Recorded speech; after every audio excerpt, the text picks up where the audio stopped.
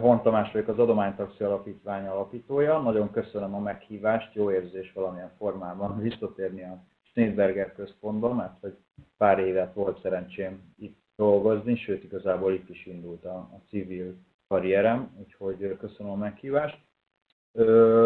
Be fogom mutatni az adománytaxi tevékenységét, illetve hogy mit csinálunk pontosan.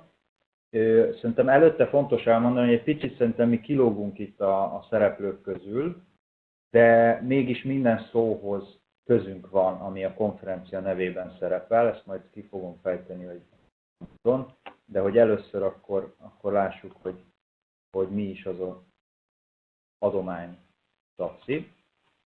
Gyorsan megosztom a előadásomat.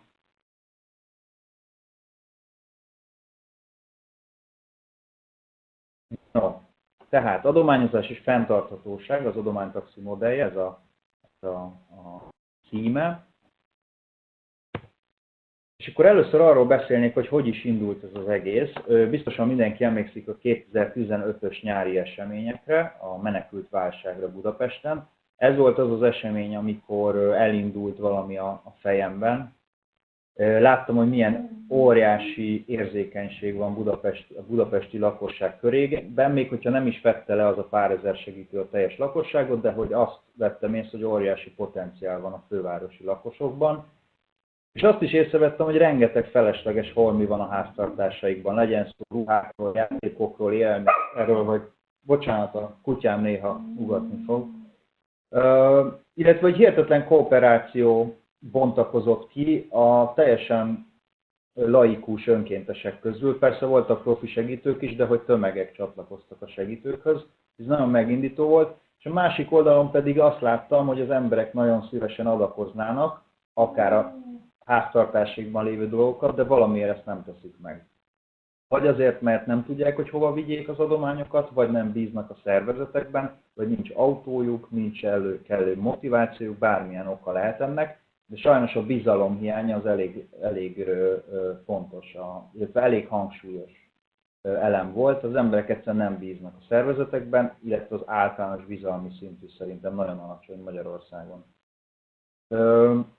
Így kezdődött el az adománytaxi, az volt az alapötlet, hogy menjünk házhoz, és könnyítsük meg az embereknek az adományozást, és ezáltal 3 dimenzióval kezdtünk el foglalkozni. Egyrészt a felesleg szükséglet dimenziójával, ugye itt Budapesten nagyon sok van, kis településeken pedig nagyon sokan nélkülöznek, tőlünk akár 1 órányi távolságra is. Tehát volt egy másik dimenzió, a város-falu, hogy a budapestieket kicsit összekössük a kis településen élőkkel, mert hogy semmit nem tudnak róluk, vagy ha tudnak, azt mindenféle hamis média megjelenésből, vagy hallomásokból, de személyes tapasztalat nagyon kevés van. És itt jön be a képbe a harmadik dimenzió, a szemléletformáló edukációs dimenziónk, hogy a tévhitekből valahogy valóságot csináljunk, és az emberek megtapasztalják, hogy mi van ezeken a településeken, mit jelent az, hogy szegénységben élni, és a többi, és a többi. De hogy az alap ötlet, az a felesleg és a szükséglet összehozása volt.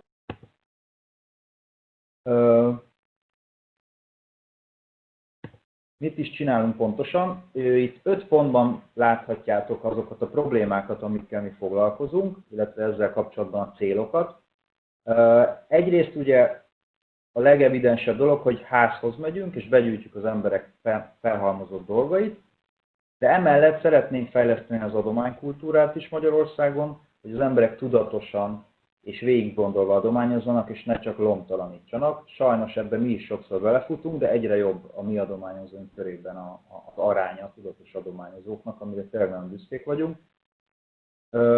A harmadik nyilvánvalóan a szegények támogatása, a rászorulók támogatása, ez a harmadik stratégiai célunk, és számomra a legfontosabb, ami miatt talán ezt az egészet csinálom, az a 4-es és az 5-ös pont, az előítéletes gondolkodás és a megértés, az empátia hiánya.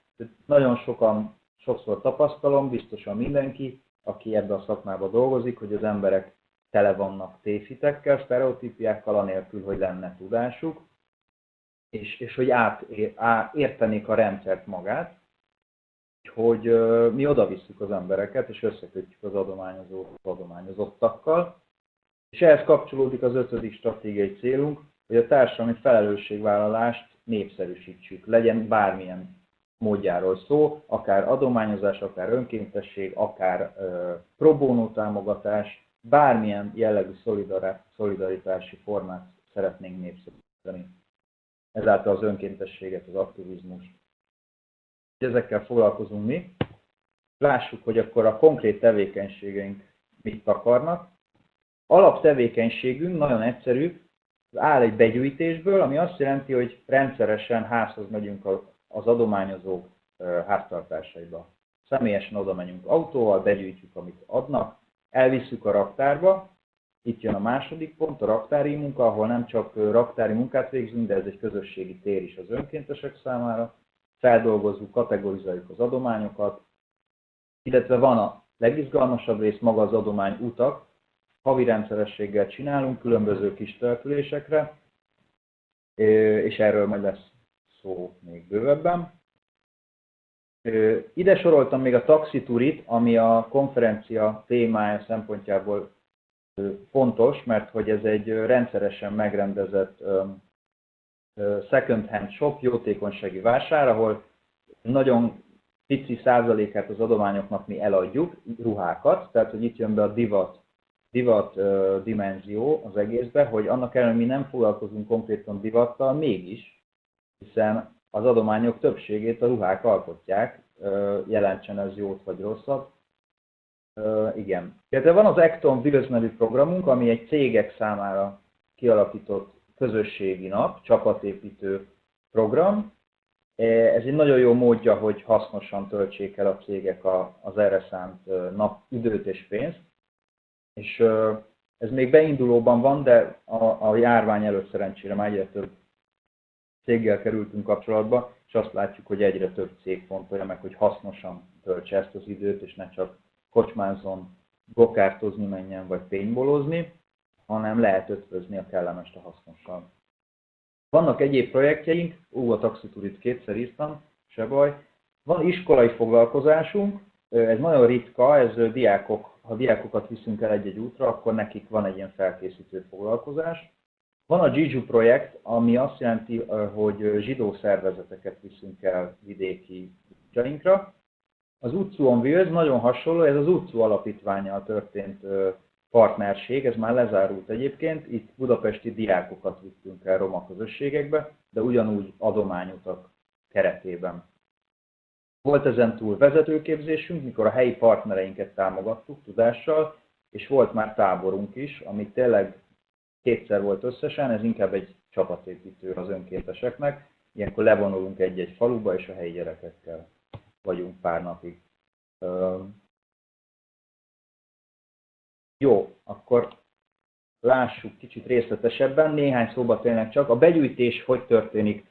Alapvetően nagyon egyszerű, az adományozók regisztrálhatnak nálunk az adományokkal, ezt bizonyos időközönként az önkénteseink, önkéntes sofőrök begyűjtik, felosztják maguk között Budapest kerületeit, és begyűjtik a címekről.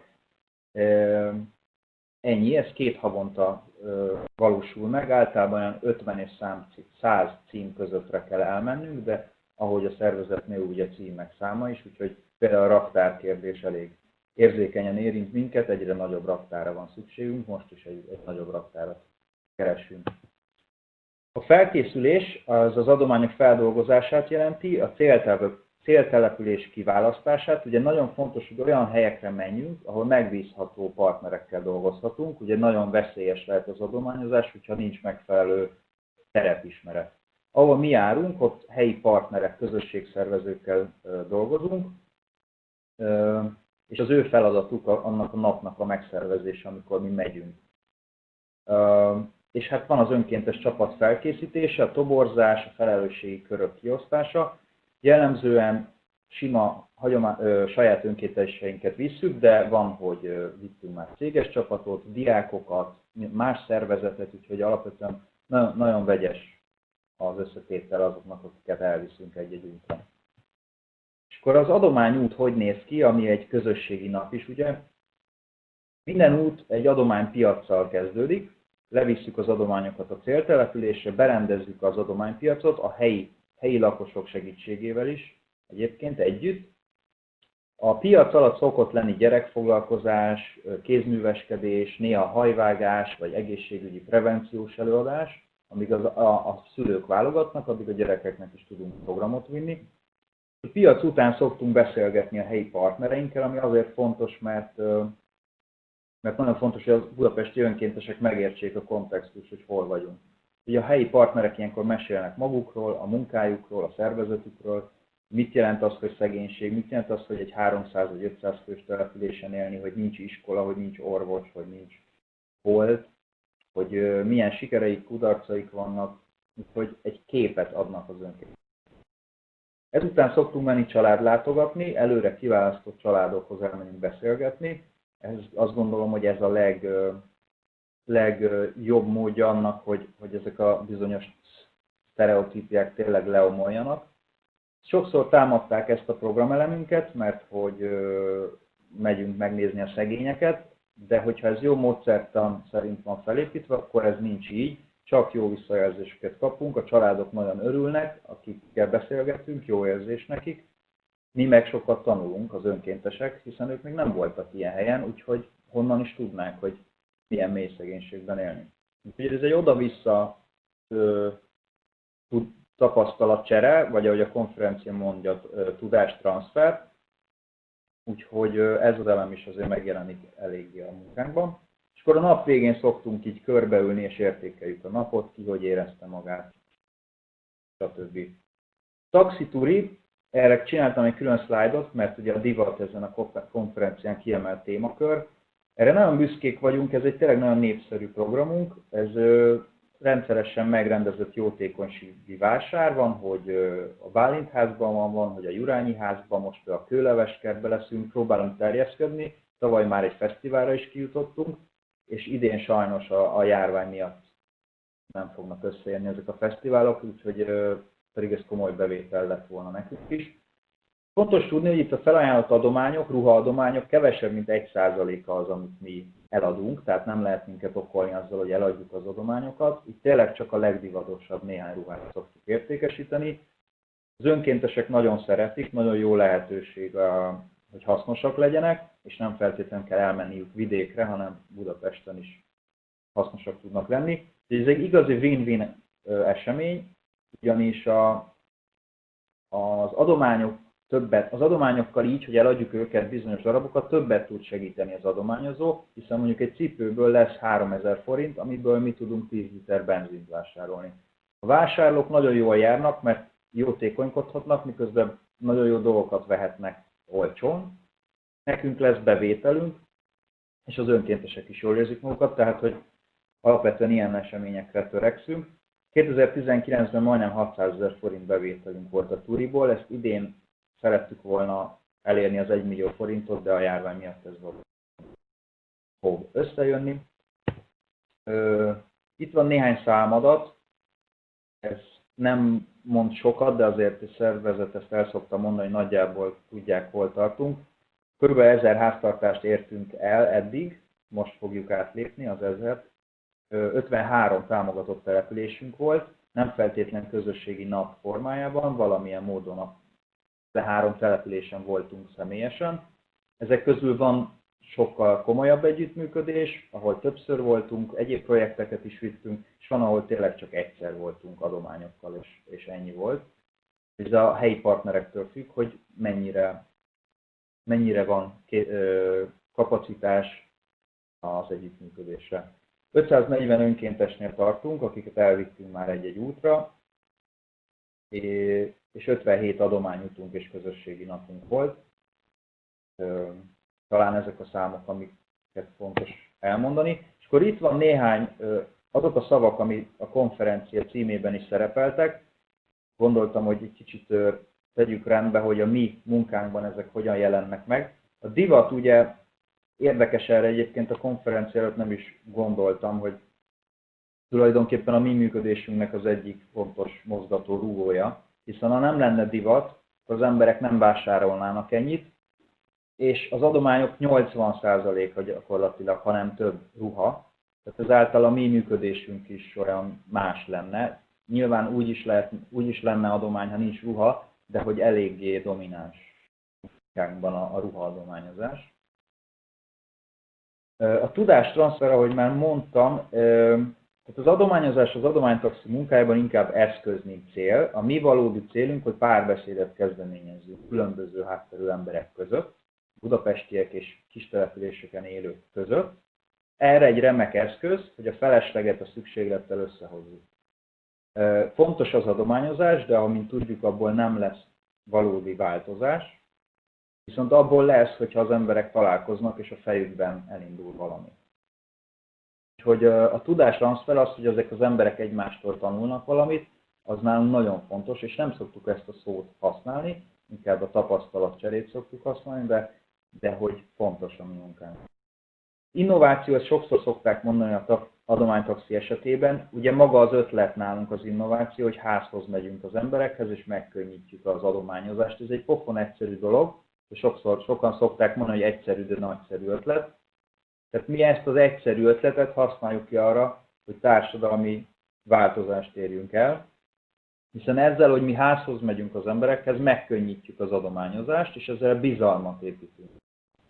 Az emberek bíznak bennünk, mert elvittük személyesen a holmiaikat, akkor talán könnyebben fognak pénzadományt is adni, vagy önkéntesnek jönni, vagy a cégüket bevonni, vagy elhívni anyuka barátját fotózni, sofőrnek, grafikus munkára, és így épül, mint egy mozgalom ez az egész, ebből a nagyon egyszerű innovációból, hogy egyszerűen házhoz megyünk. Roma tehetséggondozás, mi nem szoktuk azt mondani, hogy romákat vagy cigányokat támogatunk, mi rászorulókat támogatunk, így nincs relevanciája a kommunikációnkban a roma szónak általában.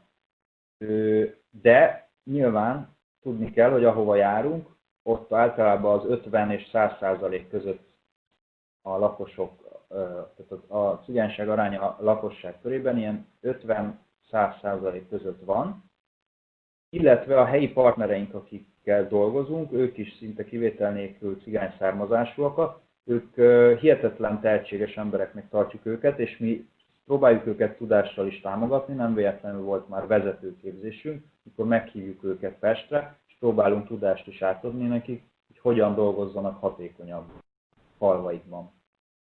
Úgyhogy ez a tehetség téma, ezt csak itt tudtam kiemelni, hogy ezeket a mindennapi hősöket mi próbáljuk segíteni, akár pályázatokat átküldünk nekik, akár beszélgetünk velük, akár másban segítünk, amiben tudunk, de hogy mi alapvetően tehetséggondozással nem foglalkozunk. És akkor ennyi lett volna, amit szerettem volna mondani. Remélem belefértem az időt.